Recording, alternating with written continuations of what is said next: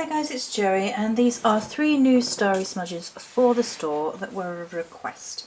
So these are for the brand line on the store, the Sorcerers of Avalon, which already exists.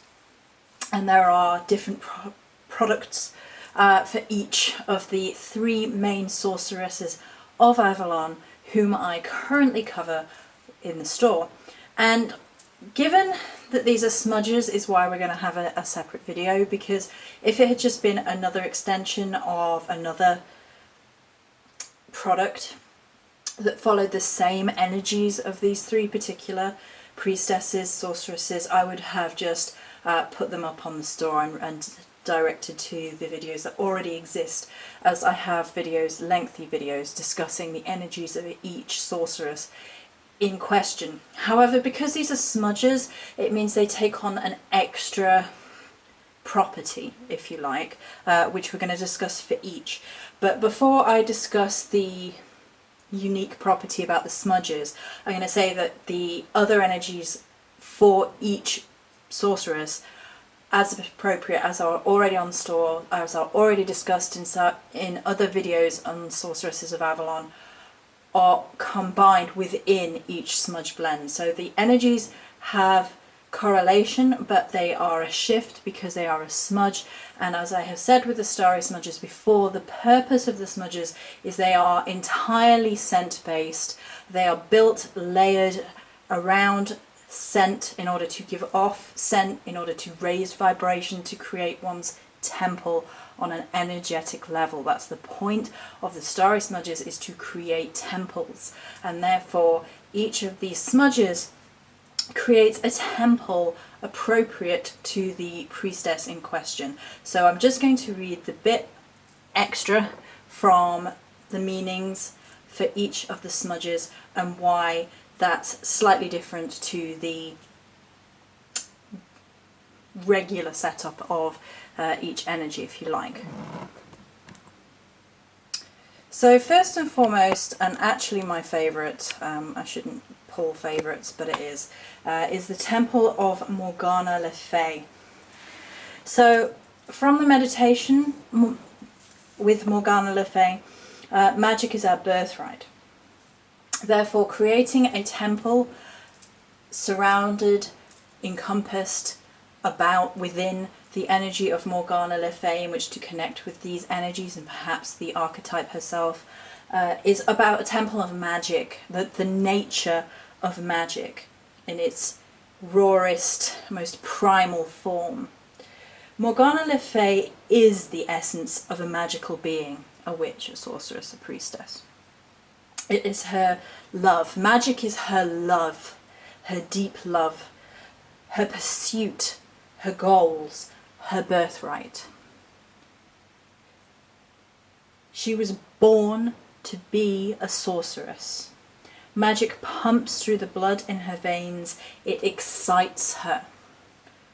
Magic is the thing where Morgana Le Fay is concerned, and in every representation that I have ever read about Morgana Le Fay, a fascination with the magical arts is paramount. It flows through every single myth that I've ever heard of, personally, with regards to Morgana Le Fay. There is training, there is an embracing, there is a natural ability, there is the lust for more knowledge and more magical power, if you like, and to understand the magical realms and the magical world around her.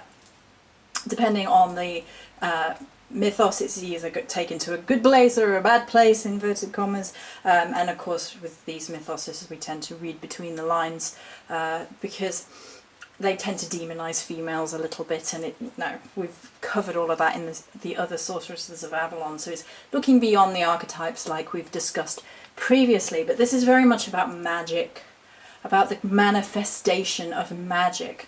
And I think creating a temple of magic when working with Morgana Le Fay is just a sort of natural progression. But why would you do that? Why would you want a temple of magic? Because it's limitless potential. It's a limitless possibility. It's a different way of seeing the world. And I think in the progress of our path, sometimes we forget the beginning excitement that we had when we were new, when everything was fresh and it felt like coming home and magic was exciting and the visuals stimulated us and we were like, this aesthetic and that, the way that looks, and looking at other people's altars and thinking that's incredible. I love that representation of devotion. I love hearing certain people talk about their experiences, that even though they're not my experiences and I may never have them, but these incredible vibrations of magical ability and power and the mystery and enchantment of things that are other and not fully explainable. Okay. And then we have Morgause in the center here. If I could get the camera, there we go. So Morgause, magic is ecstasy, is her line from the meditation which I engaged with Morgause's energy from. But this is a temple of sovereignty. So I actually spoke to the lady whose this is and explained why I felt that Morgause would be a temple of sovereignty, personal sovereignty, rather than a sexual energy. And the reason is this: Morgause was born to rule, to revel in her feminine power and wiles, to carve out her own path, and she refuses to be dictated to. She takes her pleasures where she desires them, and conquers all battles with sharp wit, strategy, and seduction. So the female empowerment, the sexual undertones, the embracing your sexuality and not being apologetic for it is still here in the undertones of the smudge. But creating a temple for Morgause is very much because her temple would be her court. She wanted to rule, she wanted to be a queen, she wanted to command and conquer, and that was her vibration, her goal, her endgame, if you like, and something she achieved. And in the mythos, she takes pleasures where she will, right into later life. Young men are still finding her desirable and attractive, and if she desires a sexual partner, she takes them. And other people accuse her of being wanton and you know, try and demonize her, like happens to all of them, all of the sorceresses. But her magical arts really support her desires, and it's primarily a place of sovereignty and a place of unapologetic sovereignty, and creating a temple in which to really embrace one's sense of self. And that can include a sexuality, absolutely, and Morgause is deeply sexual and has no apologies for it, and that is definitely high on her list of things that really matter. But I think sovereignty goes a bit beyond that. It's not having to apologize for who you are, using strategy and wit and intellect and wiles to get where she wanted to be. She was a strategist, and she did indeed conquer. So those energies are present within the Morgause smudge, as well as, of course, as the other energies which are already present in the Morgause archetypal magics. And last but not least is the Temple of Nimue. Magic is destiny. Now this one was the tricky one, because I knew immediately what I wanted for the first two, because they come through and they're just like, boom, this is what I want. And Nimue is always more coy, and so because she's more coy, this is what we went with. This is to create a temple of mirrors. Nimue is happy to be an enigma, slipping through time and mythos as though she were water itself, capable of sustaining life or drowning it.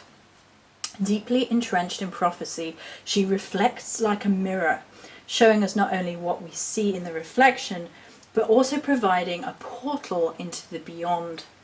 Life and death are simply but passing states to Nimue, giving her glimpses of all that was and of all that has yet to be.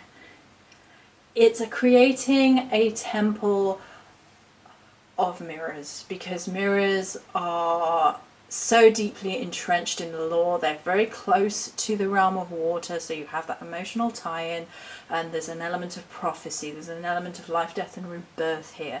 But Nimue is an enigma for a lot of the mythos. Her role chops and changes. In some she's considered to be the Lady of the Lake, and then in some she's considered to be the lover of Merlin, and her actual role seems to shift just like water does and like the mirrors do, you know, there's this illusion. So in matters of illusionary magic, this would be a wonderful temple, because it means that you can reflect. It means that you can reflect upon yourself and look deep within. It means you can reflect back at the world, so the world cannot see you, so you can be protected and shrouded in a sense of secrecy. There's this ability to move unseen through the realms and move through water, and sort of water walk is a sort of a modern perhaps aesthetic which we can relate to witchcraft. I think most recently it was in Salem where witches can travel through water. It's not something that gets brought up a lot, but it is in some of the myths and some of the lore and things. And if you do consider Nimue to be connected to the Lady in the Lake with the giving of Excalibur, then that's interfering in the matters of destiny. And so creating a temple around the idea of destiny can help you in workings and vibrations of, you know, who am I, basically.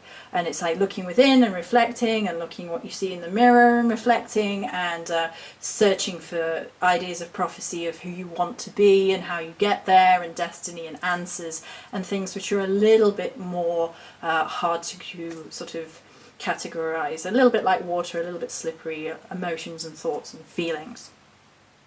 As well, of course, again, as all the energies that are already aligned to Nimue in the other product lines, which you can see on the store, or you can see the other videos. There's tons of them about the Sorceresses of Avalon, because I do adore these energies, and I'm making a Morgana one for myself because it smells so good. They all smell really lovely. They are, of course, created energy by energy, vibration by vibration. They're kind of meshed in an energy web through scent. That's the point. So they all smell glorious, if I do say so myself.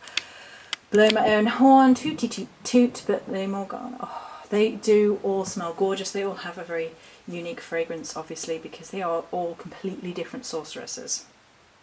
I think you can tell that from the aesthetic, never mind the scent, but the scent is completely different for all three as well. Right, so that's it for this particular video. Many blessings.